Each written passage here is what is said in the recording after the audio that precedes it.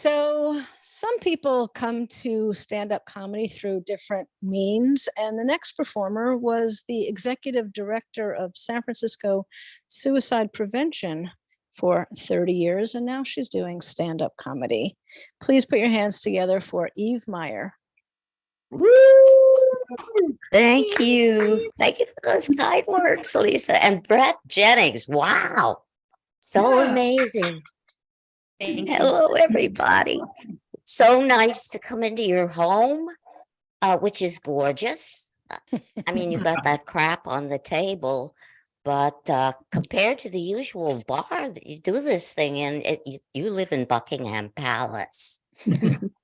I'm coming to you from California, which is the land of sky blue waters, the land of flowing sidewalks, the land of falling, tumbling trees. Are you enjoying yourself tonight? You know, it is the middle of winter, and winter is a time when you challenge yourself to have fun without the sun. And in December, people do this by buying presents and giving themselves a lot of alcohol, and that's all over with. And now we're in January, which is a time of regret and exercise. So we got an stationary bicycle, and it's in our bedroom, and I've been using it, and I've really gotten into bike culture. I play a lot of metallic music, and I yell out the window at the cars that they are destroying the atmosphere. And I have a basket in the front for the dog, and I've put neon lights on the wheel. But the real guilt comes out in February. February is for guilt. That's why we have Valentine's Day, Black History Month, and a lot of meteor showers by whoever is cleaning up the universe. And after that, everything is okay, except that's when the fruit flies come out. Do you get fruit flies, anybody? We get fruit flies, and I hate them. And I walk around with a bottle of window cleaner so that I can spray them to death, even though my husband says I'm killing the dog and I'm killing the plants, and that the fruit flies only live for a couple of days as it is. Well, I want their lives to be shorter. I want them to live somewhere else. It's Windex or we move. And it's not like our kitchen is dirty. We live in this high-tech, high-rise building with German appliances in the kitchen. I have to call the Geek Squad just to turn on the oven. It is a plain glass black panel with a keypad with numbers underneath.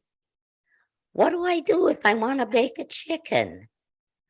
Would it kill them to have a picture of a chicken that I could scroll to and enter? That's not impossible. I carry a phone around that does that.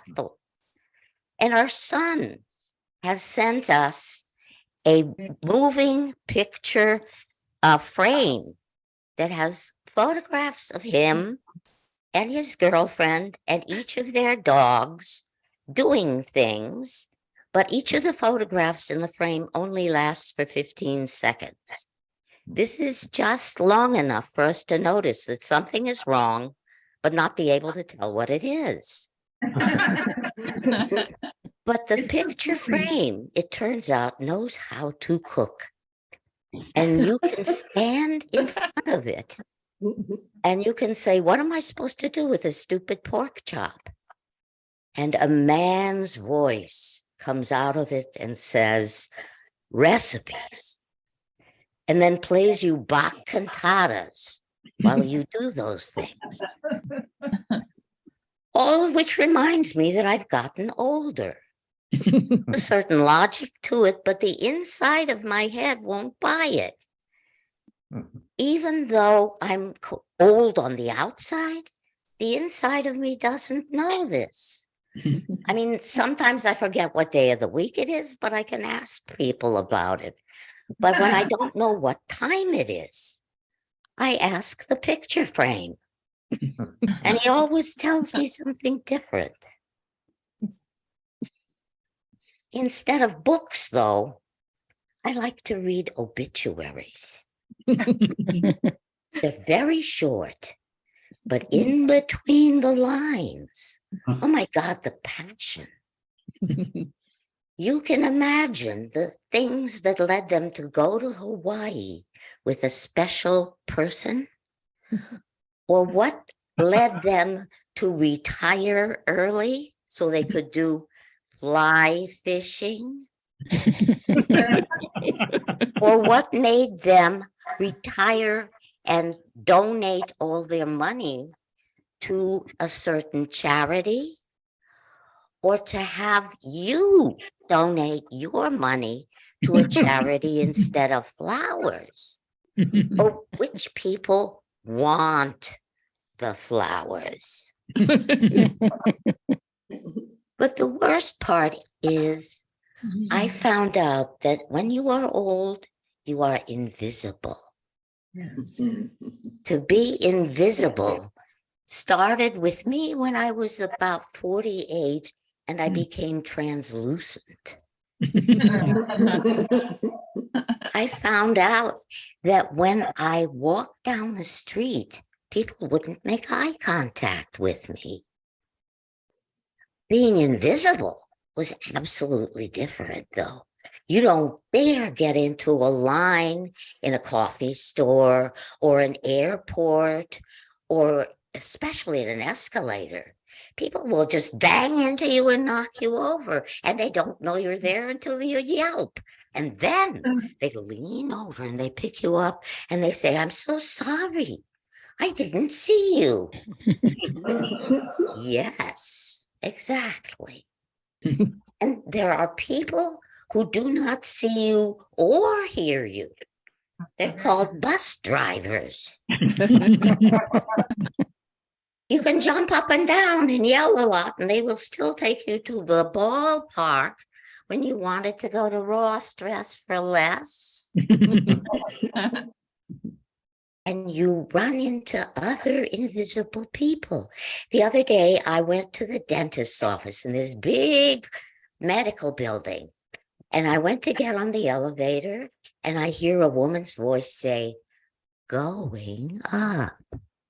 But there didn't seem to be anyone on the elevator.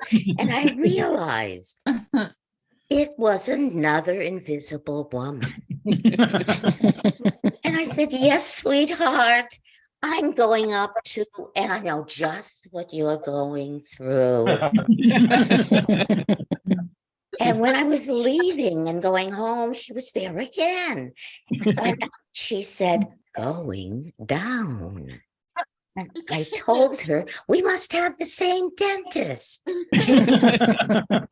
And that it was so good to meet her and to feel like we were sisters in solidarity. And speaking of invisible, why are people inaudible? My husband told me the other day that hope brings a turtle. I thought that was so wonderful. I asked him where we would put it. He said, "Put what?" "The turtle. The wonderful turtle. And what does it eat?"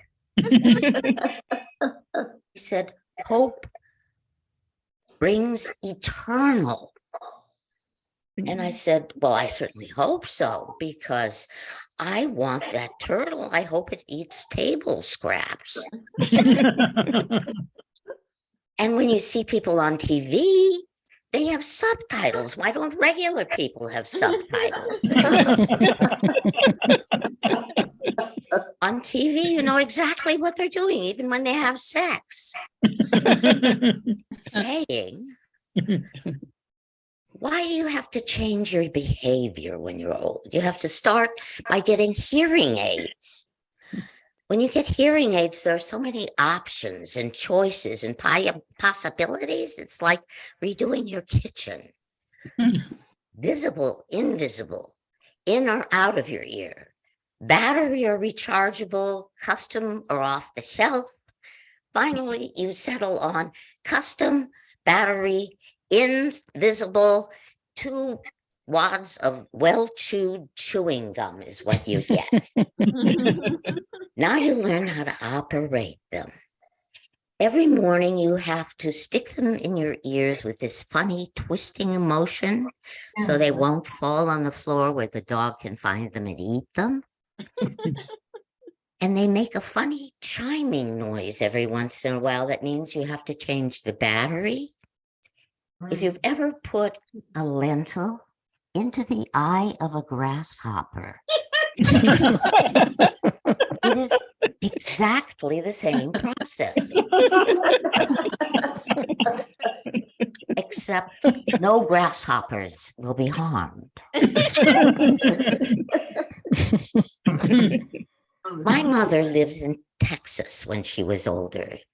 She coped with her age by rooting leaves of African violets in cottage cheese containers that were empty until her neighbors staged an intervention process because there was no longer room in her apartment to play canasta with her. Eventually, the state of Texas passed a rule against the propagation of plants in cottage cheese containers, and other states are now following suit.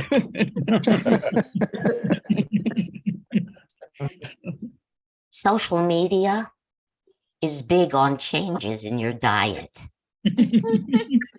They want you to postpone the whole death experience. Wonderful photographs of 14 blueberries arranged on very thin slices of cucumber with cherry tomatoes, broccoli florets bunched nearby, and then a whole sea of sunflower seeds. This is a Mediterranean diet, especially when the whole mess is coated in olive oil. It's supposed to increase your hemorrhoids or your fibroids. My body immediately goes to the freezer for a Mediterranean pizza. And if you want to survive medical care, you have to learn to read the body language of healthcare practitioners. I always go to a healthcare appointment with a paper and a long list of problems. All healthcare practitioners listen to you with their arms folded. They've been trained to do this so they will look non-threatening and welcoming. And they nod while you're talking. But the crucial moment is when they tip their heads. This tip means, what in God's name does she want? She is 80 years old.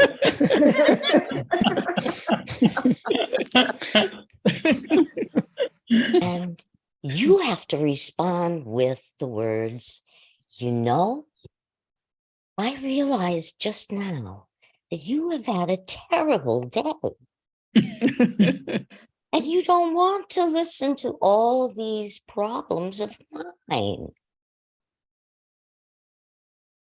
This is when she listens to you and you can settle down and do business.